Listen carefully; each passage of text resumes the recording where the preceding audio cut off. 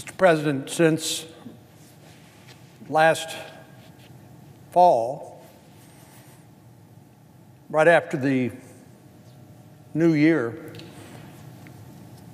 our country, like the rest of the planet, became embroiled in a pandemic, sending fear, shock, illness, fatalities.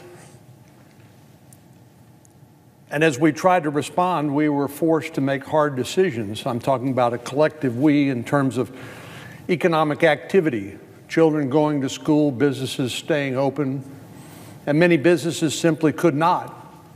And many of the workers who worked at those locations simply were out of luck.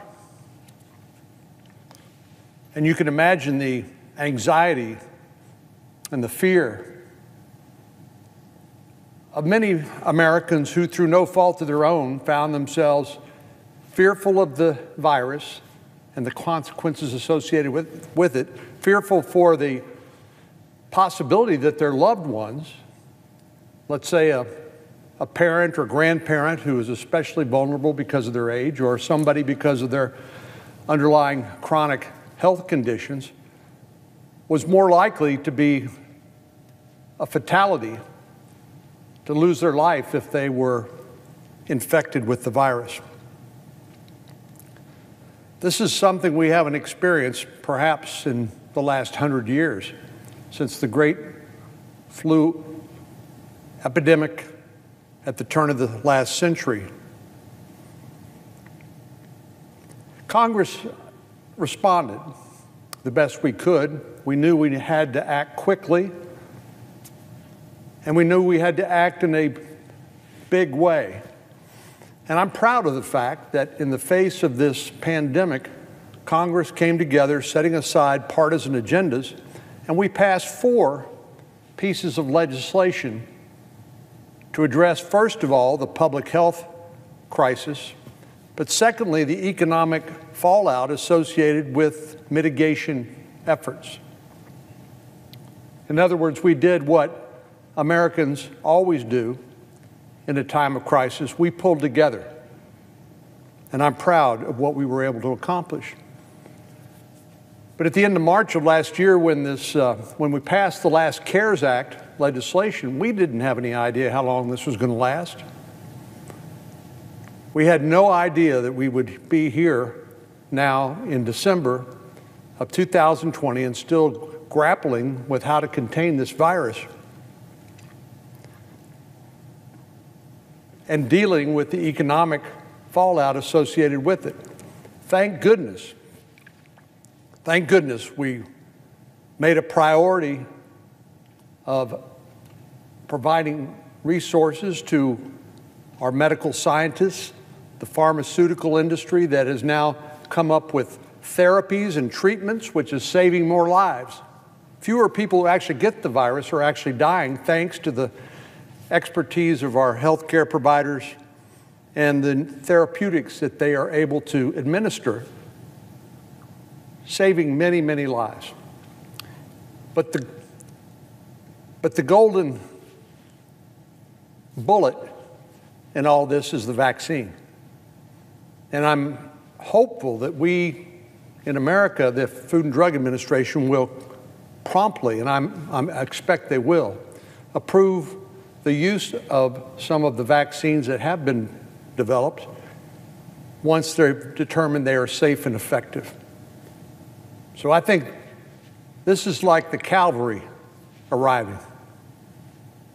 And the cavalry is nearby and will soon be here.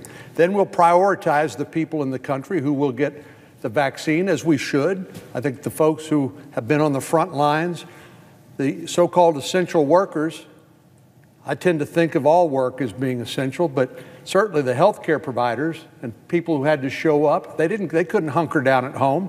They had to show up for work because we needed them to do that in order to protect the rest of us. But then we ought to go through the elderly, people with underlying health diseases, school teachers, and others to help us get our children back to school. The list goes on and on. But what I am not proud of is the embarrassing insensitivity of our Democratic colleagues, starting with the senator from New York, the Democratic leader, when it comes to people's fear about the consequences associated with the pandemic that relate to the liability they may ultimately be imposed upon them because they didn't guess it right the first time. I'm talking about lawsuits by people who will sue, claiming, I'm sure many with some merit, that they have suffered as a result of this virus, and attempt to pin responsibility on some business, some school, some church, some synagogue, some mosque, anywhere where they might have gotten the virus. Anybody with a liability insurance policy, I'm sure will be fair game by the trial lawyers. And I'm not here to disparage members of the legal profession. I happen to be one. But I do know that we ought to be focused on what is the greatest good for the greatest number. And we shouldn't let the tail wag the dog when it comes to providing common sense liability protection, which is what brings me to the floor this afternoon. I heard the senator from New York give a fevered speech about what he called corporate immunity, as if our desire to provide some predictability and some fairness in the context of civil liability was somehow a desire to protect nameless, faceless corporations. And that's wrong. And that's why I came to the floor, to say it is wrong and to explain why it is wrong. The minority leader tries to frame this as a green light for big, bad businesses to ignore public health guidelines and to put every person who walks through their doors in danger of contracting COVID-19. That's a false narrative. That's not true. For starters, what we have proposed is not blanket liability. No one wants to give, let's say somebody running a meat packing plant, one of the workers shows up and says, "Boss, I don't feel very good today. I think I may have something." He says, "You shut up, go to work." And they end up having the virus and infect all their peers and fellow employees. That's reckless and intentional misconduct, and we do not limit that lawsuits based on reckless and intentional misconduct at all. So this is not a get-out-of-jail-free card, whatever you want to call it. This will not protect the people who recklessly put other people in danger of this virus. In cases of gross negligence or willful misconduct, where the applicable public health guidance is not followed, the person who suffered a harm has every right to sue and be made whole. And no one wants to change that. But what we do need to acknowledge is that we are all living through what I hope is a once-in-a-lifetime catastrophe for everybody involved. So I don't think we should be creating an opportunity for people who want to profit off of this pandemic to do so, particularly when a handful of people will presumably benefit from what the Democratic leader is proposing, no liability shield, and hundreds of millions of Americans will benefit from it. These are unprecedented times, to be sure. Much like we owe the American people more support, and that's part of what's being blocked by the demands of the Democratic leader to eliminate any sort of liability shield. We need to put some safeguards in place to ensure that those who are operating in good faith and following all the relevant public health guidelines cannot be sued out of existence. Imagine if you're a small business hanging on by a thread. Somehow you've applied for your PPP loan, your Paycheck Protection loan, and you've been able to hang on to your business and keep your employees on the payroll. Somehow, some way. Well, if you face the prospect of limitless liability, opportunistic litigation, it's going to cost you a lot of money and all of your energy just to defend, even if the claim is meritless, you might think twice, probably more than twice, about whether you want to stay in business, whether you want to keep those jobs, whether you want to contribute to our economy. We need those people. We need those businesses and those jobs. And I'm not talking about the trial lawyers. They'll be fine. They're not disadvantaged by having to hunker down and wondering where the next paycheck will come from. They'll be fine. But there are a lot of people who are hurting. And it causes me great distress to see us, at least some of us, oblivious to the pain, the anguish, the desperation of so many Americans. You know, the number of suicides is up dramatically. The number of reports of child sexual abuse are down because kids aren't going to school where their teachers hopefully will be trained to help identify those. People are self-medicating with drugs, alcohol. People are suffering mental health crises. And some folks here in Congress act like, that doesn't affect me. It's not my problem.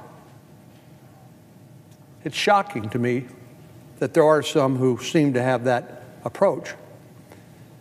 The minority leader knows the facts when he talks about corporate immunity. He wants to frame it in the most negative light possible, which, of course, is why he said that. What we are proposing will help people.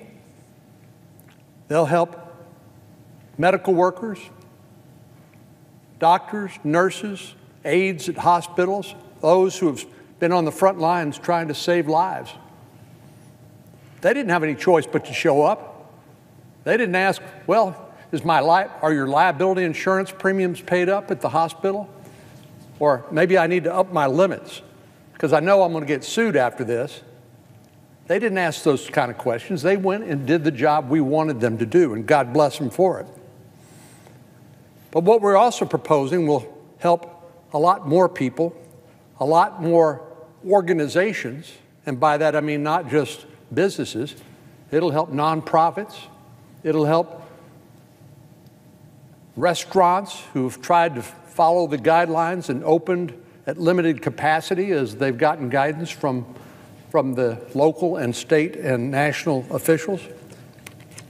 This will help everybody. First, it'll help, as I said, our healthcare heroes, the brave men and women who've led in this battle for months. They have made tremendous physical and mental sacrifices to save lives. But without some liability protection from Congress, they could find themselves staring down the barrel of a wave of medical malpractice lawsuits. I hope the minority leader will see why this can't happen. New York State did.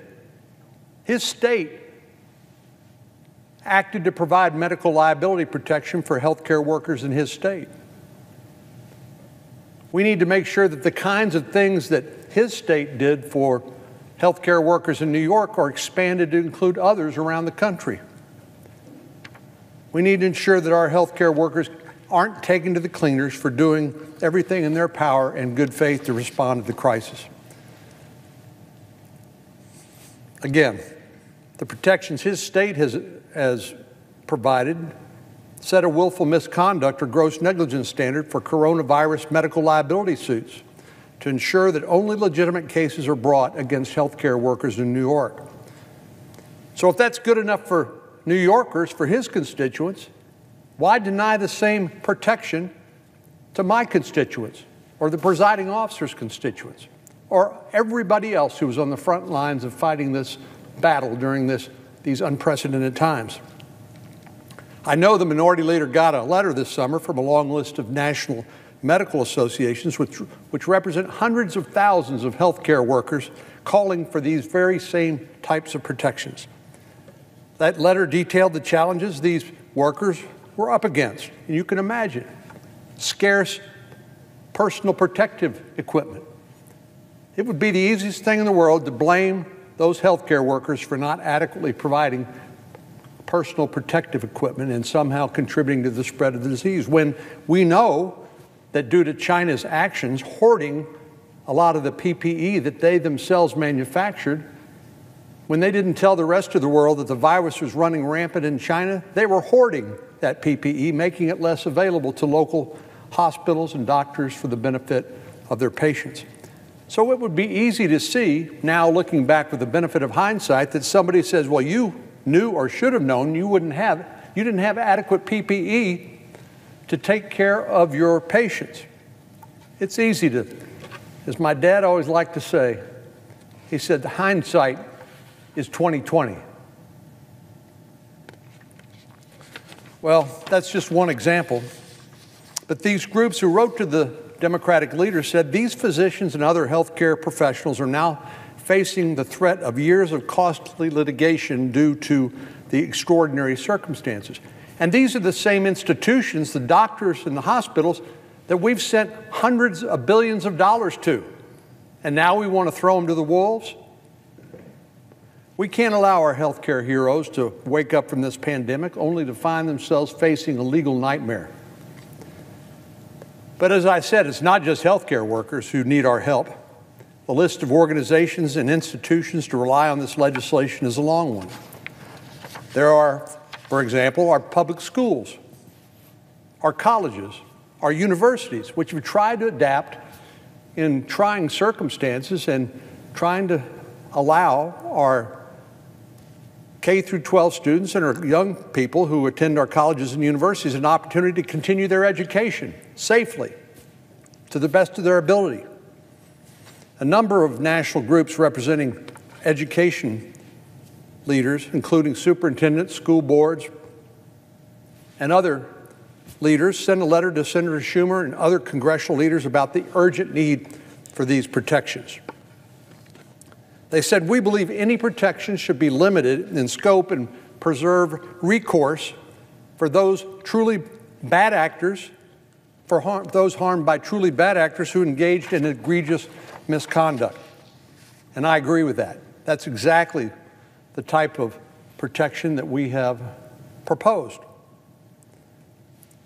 I'm looking here, Mr. President, at a letter. It's dated May 28, 2020 from the American Council on Education, which I think does a pretty good job of summing up what I just described, the challenges that our educators and our students and our administrators are facing, trying to get back to some semblance of normalcy, because we all understand the importance of providing our next generation of leaders a good education. But in this letter from ACE, the American Council on Education, Ted Mitchell, its president, writes, unfortunately, colleges and universities, 2- and 4-year public and private nonprofits, are facing unprecedented challenges as a result of the COVID-19 pandemic. The impact on operations and revenues of many institutions has been catastrophic, for some even existential, which has had a terrible ripple effect in communities large and small. The pandemic is also causing massive disruption to students and families. Many are grappling with sudden changes to their financial circumstances. In the wake of prior crises, he says, Congress came together to pass timely and targeted liability protections with strong bipartisan support, because lawmakers understood the acute economic threat of lawsuits at moments of maximum economic vulnerability. While Congress has acted to provide some limited COVID-19 liability protections for volunteer health care providers and some manufacturers of PPE in the CARES Act, much more needs to be done. While some governors and state legislatures have enacted COVID-19 limited liability legislation, this is a national problem calling for a national solution. Mr. President, I ask unanimous consent that this letter be made part of the record following my remarks. Without objection.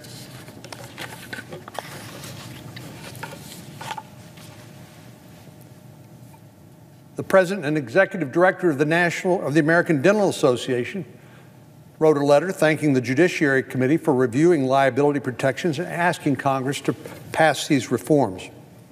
Similar to the other comments that have been made from other organizations, they said while safeguarding their patients, their staff, and themselves from the spread of COVID-19, dental practices must also safeguard their businesses from bad faith actors pursuing frivolous financial gain for coronavirus injuries. We've heard from a long list of groups, and it's not the Fortune 500 like the Democratic leader has proposed. This isn't corporate protection. This is common sense. This is what we have done before in connection with Y2K, in connection with 9/11, in connection with providing some limited liability protection to pharmaceutical companies that we depend upon to produce vaccines that will save lives. Those are all examples where Congress has come together with a national response to a national crisis. Well, we've heard concerns from everything from U.S. youth soccer, worried about their volunteers being sued, the American Heart Association, worried about their fundraisers, churches worried about their ability to serve their communities with this cloud hanging over their heads. So who is acting in bad faith here?